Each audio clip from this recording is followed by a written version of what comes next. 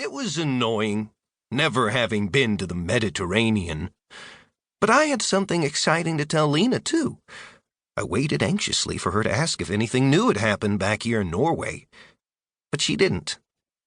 On Crete, there was a speedboat she'd taken to a little island, she told me, and her mom had tried being dragged along behind it with some kind of balloon in the air. Anyway, did I tell you how hot it was? She asked. I nodded.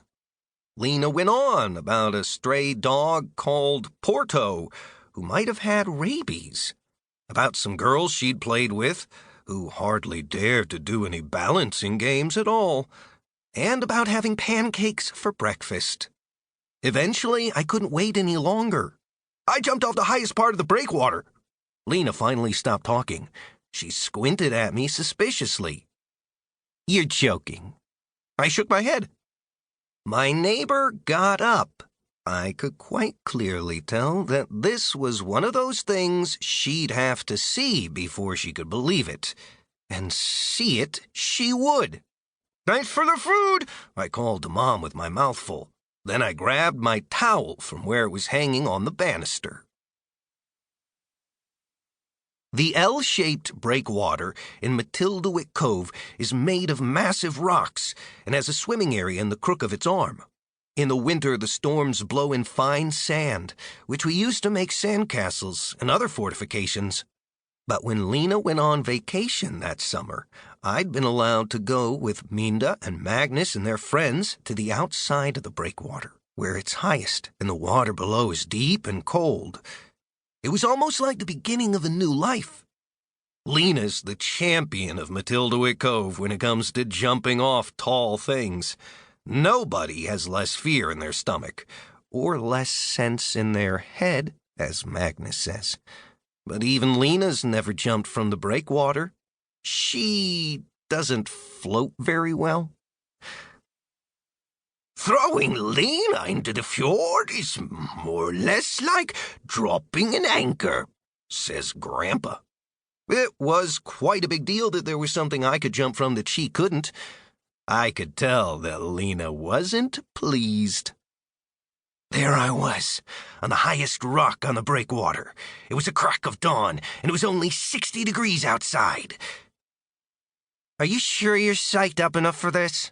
Lena asked me seriously. She was leaning over one of the other rocks, wearing her jacket and a Mediterranean scarf. I nodded. I'd jumped in the water lots of times while she'd been away, but it had always been at high tide. Now the tide was out, and it was farther to jump. I could see the bottom.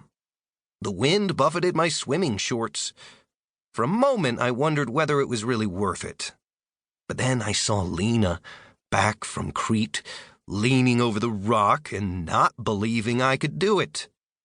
I closed my eyes and took a deep breath. 1, 2, 3. Kersplash! Came the sound as I hit the water, and then swoosh as the bubbling surface closed over my head. The first time I'd gone down into the deep like this, I thought I was going to drown. Now I knew that all I had to do was thrash my legs around like crazy and hold my breath. I puffed as I shot back through the surface of the water and into the summer morning air. Lena had climbed up onto the highest rock and was looking down at me skeptically. I smiled triumphantly. I'd shown her this time. Next thing I knew, Lena was putting one foot in front of the other and slapping her hands against her face to psych herself up. She howled. Then she flew through the air in her jeans, sweater, jacket, scarf, and sneakers. Kersplash!